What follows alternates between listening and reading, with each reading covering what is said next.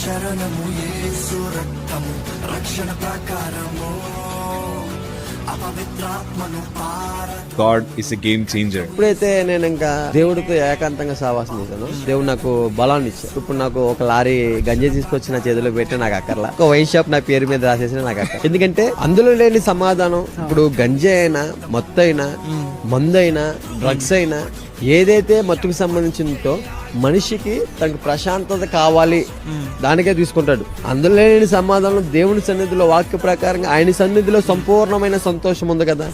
ఇదే రుచి చూసాక మళ్ళీ దాని దగ్గరికి నేను ఎందుకు వెళ్తా? నేను కఠినమైన నిర్ణయం తీసుకున్నది ఒకటేనన్నా, నేను బ్రతికానంటే అది క్రీస్తు కొరకే, మరణించానంటే కూడా అది క్రీస్తు కొరకే. స్టీఫెన్ అనే వ్యక్తి, ఒకప్పుడు తెలియక పెట్టుకున్న ఆ స్టీఫెన్ అనే వ్యక్తి ఎక్కడితో మరణించాడు. ఇప్పటి నుంచి నేను దేవుని కొరకు పనిచేయాలి, దేవుని కొరకే జీవించాలి. ఇక్కడుండే సంతోషం ఎక్కడ దొరకలేదు కదా నాకు. ఇక్కడుండే పీస్, ఇక్కడుండే ఆనందం డబ్బులో దొరకదు ఎలాంటి ఆనందం, స్నేహితుల మధ్య దొరకదు ఎలాంటి ఆనందం. నాకు క్రీస్తుతో దొరికింది. రోజు నేను కోటీశ్వరుని బ్రదర్ ఒక లెక్క చెప్పాలంటే. ఎందుకంటే వాళ్ళకు కూడా దక్కని సంతోషం, సమాధానం నాకు దేవుడు ఇచ్చాడు. అందుకే క్యాన్సర్ కి దేవుడే ఆన్సర్ అంటాను. ఎందుకంటే నిర్ణయానికి ఎలా వచ్చానంటే బ్రతుకుతూ దేవుని కోసం బ్రతకాలి, చచ్చిపోతే స్వార్థ చెప్తూనే చనిపోవాలి.